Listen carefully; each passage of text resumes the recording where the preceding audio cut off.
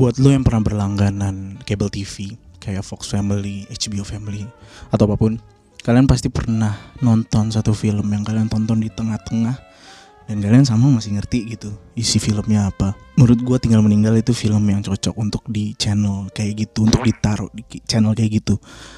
Mind you, banyak orang yang mengira Tinggal Meninggal ini film yang niche, film yang sangat fresh, bahkan penonton awam Indonesia sendiri akan susah untuk mendigestnya. On the first glance memang banyak hal-hal yang secara filmis cukup berat untuk dicerna masyarakat awam gitu.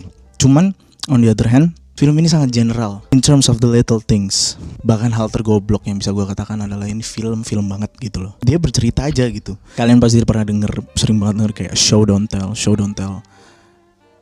Walau film Indonesia banyak yang tell don't show.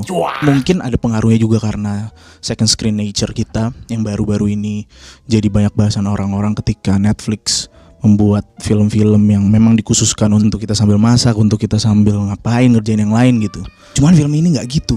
Film ini gak second screen film gitu, karena banyak hal-hal kecil yang diperhatikan yang mengkondensasi filmnya menjadi satu paket yang utuh gitu. Despite banyak kekurangan seperti di itu nanti aja. Film ini suka praise hal-hal kecil. Salah satu contohnya adalah gestur tangan, gestur wajah, segala macam, pengulangan dialog, repetisi adegan, terutama karena ini film tentang pembohong gitu. Little details itu juga bisa terlihat bukan hanya dari gambar atau misalkan kualitas gambar. Kita juga bisa lihat dari staging, bagaimana frame itu dipresentasiin gitu. Kayak misalkan gimana kameranya maju, gimana kameranya pengen fokusin ke sesuatu. Ada satu hal detail yang menurut gue lucu, ini nggak penting sih, cuman gue nggak tahu kalian notice atau enggak, tapi ini terjadi ketika scene makan.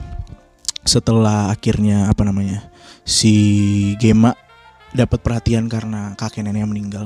Kita tahu lah Danu yang diperanin Mario Cesar itu dia juga berbohong, karena lagi-lagi gue akan bahas ini ntar kenapa karakter ini cukup bagus gitu loh. Dia berbohong dan dia udah bawa souvenir gitu buat teman-temannya, tapi akhirnya souvenir disembunyiin. Souvenir disembunyiin itu caranya gimana sih?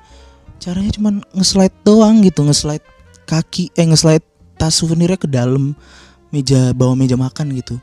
Menurut gue itu Indonesian thing banget, karena kita sering naruh tas di bawah dan kalau kita nggak mau kelihatan tuh pasti kita sembunyiin dikit. Itu hal-hal detail kecil yang menurut gue menang gitu di film ini. Kayak secara bersamaan ya storytelling ya, menceritakannya mungkin karena kita udah tahu Danu pembohong gitu, tapi juga menceritakan bagaimana Danu merasa kayak posisi gue ada yang tergantiin, dan dengan sekedar menggerakkan kardus souvenir bohongan itu ke dalam gitu, jadi semacam cerita panjang